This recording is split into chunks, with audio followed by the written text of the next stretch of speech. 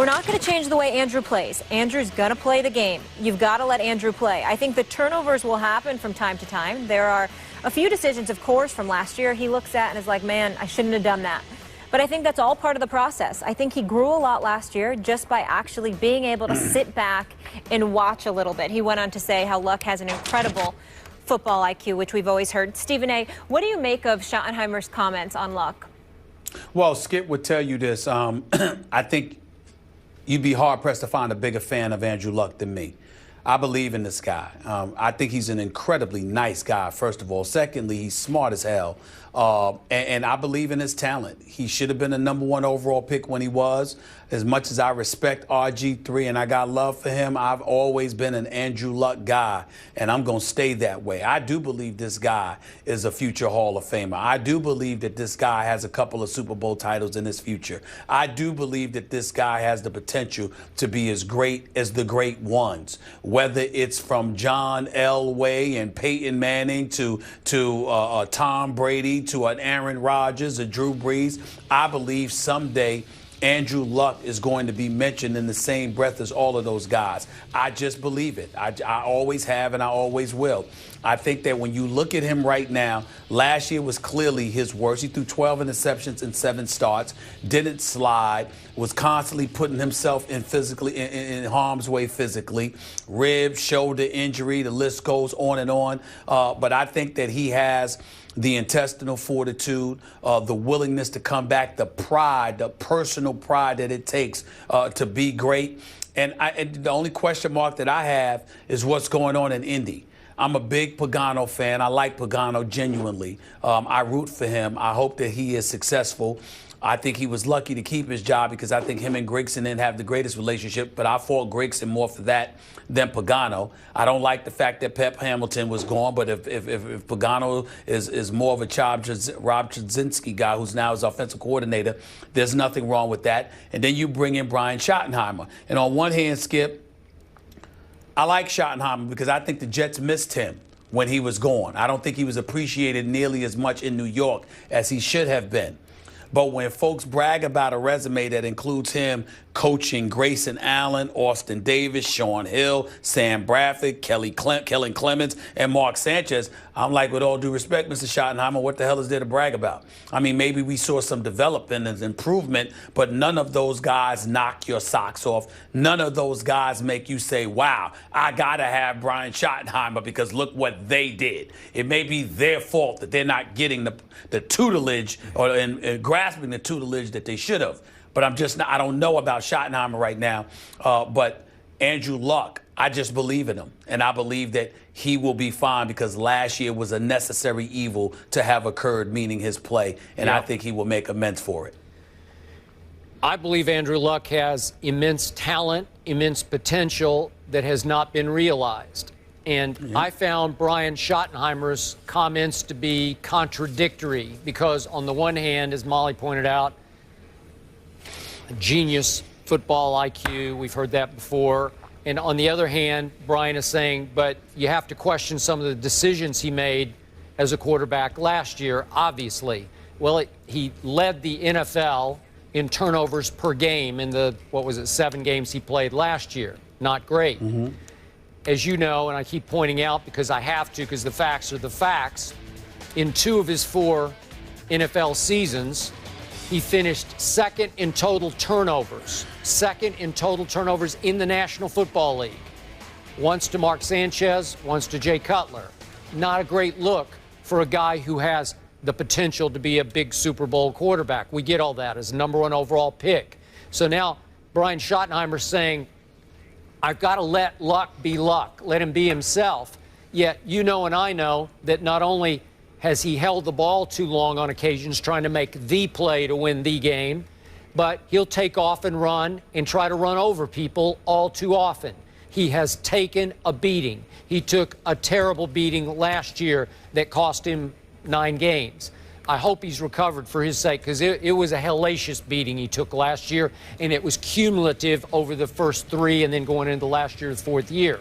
So what does Schottenheimer do? Is he going to say, go ahead and be yourself and take off and hold the ball too long and take hits that you shouldn't take? I don't see you need a new way. You need to mature, grow up, and say, I can't do that anymore. I got to stay upright. As big and strong and raw-boned as I am, I can't take that beating anymore. So I'm not sure. It felt like Brian's just kind of going with the new flow. He's bounced around the league, and he's being a little too deferential maybe to Andrew Luck. So in the end, some things are going to have to change this year for Andrew Luck, or he's going to suffer the same fate he did last year. Well, you got a new offensive coordinator. You got a new quarterbacks coach. Guys like Fleener are gone. You're going to have new targets. I think there's a lot of changes that are taking place around Andrew Luck. We just have to hope that it's to his benefit and not basically servicing the ego of Gregson, who some argued was taking place in the past. And most important, of course, is that he stays healthy. Up next, a little playoff talk. Are Skip Spurs done? One thing we know for sure, he'll be watching it from a different TV. The guys will make their picks. That is next. I get a final score from you, please. Can you hear me? I don't hear. Can't hear? OKC. Okay, Skip, you want to go? Can't hear anything? There you go. I got you now. I hear you now. Okay. What's your Sorry. score? Sports Center was in my ear. What's your score? Sports Center. OKC 97, Spurs 94. Got it. Three-pointer. By the way, Molly is picking Oklahoma City by 35, but that's beside the point. Definitely. You and I both had Spurs in 7 in this series, but I, for one, have the courage of my convictions. I have San Antonio winning tonight 98-94. And I'd have the courage of my convictions, too, if the Knicks were playing. Yeah, Unfortunately, they're irrelevant at this So time of year. sad you don't claim your own city. I'm sorry, Oklahoma City. Stephen Just A. Levita there switched for you. his pick, and it's okay. It's okay, and you don't root for your city. Yeah, well, it's okay. I liked the Spurs long before yeah. had a team. No one wants to hear you defend it. Yeah. So, the same week, the Las Vegas mayor says she is confident that the Raiders will relocate there. Cowboys owner and general manager Jerry Jones said at a sponsors golf tournament that he wouldn't be opposed to a team moving to Vegas. Quote, it has a flair for entertainment, and it has 2 million people, and they're avid sports fans. The full-time residents, they have a huge visiting contingent that more often than not are fans of some NFL football teams. You add all that together, and it's certainly in a conversation about the future relative to the NFL. One of my favorite quotes here, Jones calls Vegas one of the real crown jewels of communities in the United States. Skip Bayless, do you agree with your owner? Stephen A. Smith, when it comes to football decision-making, I've occasionally questioned my man Jerry Jones. You have often questioned my man Jerry Jones. When it comes to dollars and cents decision-making, I never question Jerry Jones. When it comes to marketing or business, long-term business vision, I believe Jerry Jones has some genius about him. He has a great eye for what will work in the future. He was a driving force in getting the Rams back to Los Angeles. And now I think he will become a driving force in getting a team to Las Vegas. And when Jerry speaks on these issues, I, for one, listen. I spent a lot of time around Jerry. He was a big part of 3 books that I wrote on the Dallas Cowboys. I spent hundreds of hours around him and interviewing him. And I believe in his business vision. I believe in Las Vegas now as an NFL destination in ways I never did before. Obviously, casino gambling, internet gambling is now widespread in this country. And the stigma of Las Vegas gambling is starting to diminish. Or as Roger Goodell said recently on Mike and Mike, the NFL has softened its stance on gambling as it relates to a team in Las Vegas. Once upon a time, the fear was that players would be susceptible perhaps to game fixing, more susceptible with the mob ties in Vegas back in the day. But you know and I know Las Vegas has changed dramatically. It has gone from Sin City, maybe going back 20, 30, 40 years ago and past, to now, dare I say, it's almost Disney-esque in its family appeal, that there's not so much of this what happens in Vegas stays in Vegas. There's more of a family atmosphere now around the casinos that would appeal a little bit more to an NFL situation, an NFL team. My one concern here is what Molly brought up as she set this up. Jerry's talking about 2 million people. I'm not sure that's enough to sustain a passionate fandom for an NFL team, a lot of people would come and go who would be fans of other teams, and they would buy tickets to see their team play in Las Vegas. I'm not sure there's that core of hardcore fans that would make these games an obvious sellout. But if Jerry says so, I'm listening to Jerry. In this particular instance, I do as well. From a marketing standpoint, obviously, he's not to be questioned. He's hype machine personified. The one thing that he knows how to do is generate a buzz, and he knows how to make money. He doesn't know how to win. Let me take that back. He does know how to win. He just forgot over the last 20 years. But that's a different subject for another day. What I would say to you is this. 2.1 million residents in Las Vegas, over 42 million visitors to Las Vegas each year. And Jerry's right. Folks obviously are sports fans. Would I be concerned about gambling? Certainly, I still would. Would I be concerned about the imagery of the NFL because they're so tightwad about everything now, considering, any bit of negative publicity is something that they believe compromises the shield? I do believe that you're inviting trouble. So you got to ask yourself, is it worth it? And that's where I'm a little bit torn. Would I do it, Skip? Chances are I would. But that's because I'm a chance taker.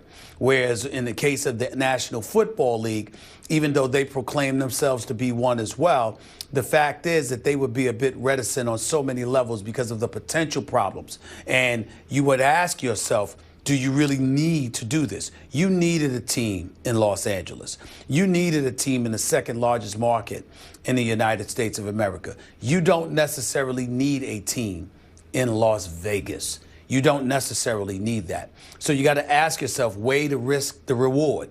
Would I do it? Sure, I would, because I think there's money to be made. I think the fact that you got Sin City, which clearly has tremendous buzz, it would help to elevate the profile of the NFL even more so than it already is. Not to mention the fact that with fantasy sports leagues and beyond, the reality is that whether the NFL likes it or not, it's associated with that stuff in ways it never was in the past anyway now.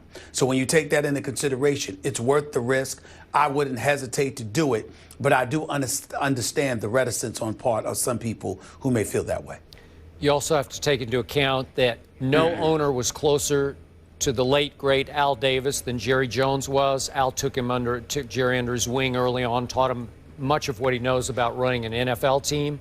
And now that Al's son is not only running the Raiders, but wants to move the Raiders to Las Vegas, it's possible Jerry is trying to help the son gain a little momentum to get the team in Las Vegas. So it's not like you would put an expansion team there. He's actually talking about the Raiders moving to Las Vegas, I think.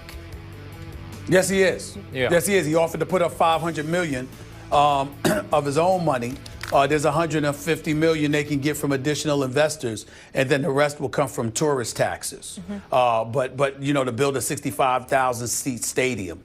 So again, if they're able to pull that off, should it be something that the NFL strongly considers? Absolutely, because there's a few teams in the league that I would question, do they need to have an NFL team? Yep, I would agree. Their respective cities. I think that Las Vegas could do a far better job in promoting the NFL brand and bringing quality football to that area, that it would benefit the league far more to have a team in Vegas than it would in at least 3 or 4 cities that already have NFL teams. No, I got it, but it would hurt my heart to see the Raiders leave Oakland, California. Yeah, I don't want them to leave Oakland. Oakland should have a football team. Oakland should have a football team. I think you could argue, too, it could help the sport internationally, potentially, too, because all the international tourists.